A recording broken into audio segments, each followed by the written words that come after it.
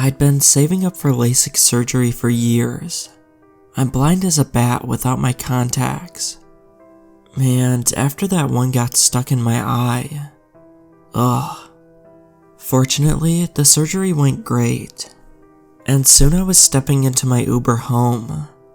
I think there was an error. The driver said, "Are you sure your address is 72 East Mill Road?" Of course I'm sure. My wife and I have lived there for the past 10 years. "Okay," he said, in an uncertain voice. "Just, wanted to double check." I spent most of the ride looking out the window. The houses, the trees, the cars. They already looked clearer to me. I smiled to myself as the driver turned onto our street. And then, suddenly, he rolled to a stop. "What are you doing?" I said. 72 East Mill Road. This is it." "But that's not my house." I looked up at the thing. It was a small colonial like our house, but it was in complete disrepair. It looked like nobody had lived there for years. The white paint was shedding off the wood. The shrubs were tangled and overgrown, some crawling up the sides of the house. A few windows downstairs were shattered, and the flower boxes underneath that Maggie so often tended to in our real house were empty. "This is not my house." He pointed to the mailbox, and there in chipped white paint was a number, 72.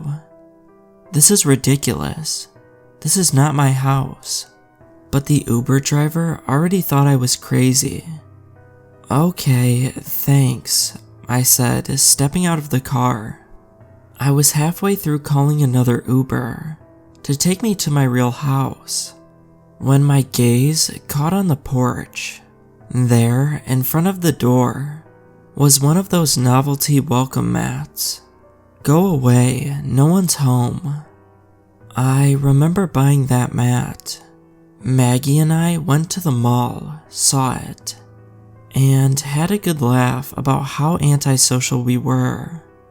I remember the chip reader malfunctioning on my card, and the cashier giving us a really weird look. I remember it all. Hands shaking, I walked up to the front door.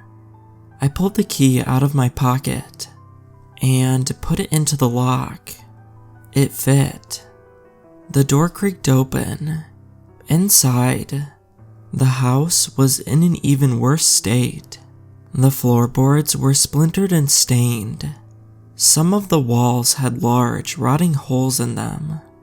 On the kitchen table sat a pile of mail, all addressed to me. On the table sat a half-eaten cinnamon bagel, the one I ate this morning. There was no doubt about it. This was my house.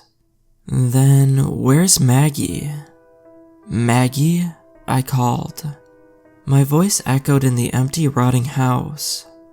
"Maggie, are you home?" Silence. I walked up the stairs. Each step creaked under my weight, threatening to completely disintegrate. When I got to the top level, all the doors were shut. "Maggie?" Once again, silence. My hand fell on the doorknob to our bedroom. With a shuddering breath, I pushed it open. The curtains were open.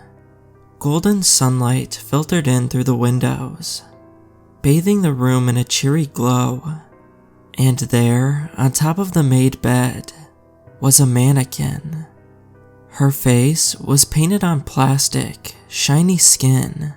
Fake, brown hair spilled out onto the pillow in elegant waves. Her sightless eyes gazed towards the ceiling, as if she was perfectly at peace. Like some kind of madman, I began to shake her. "Maggie! Maggie!" Of course, I was only met with silence. I collapsed in the corner and cried. The tears stung my freshly cut eyes. But I couldn't stop. That doctor didn't just fix my nearsightedness.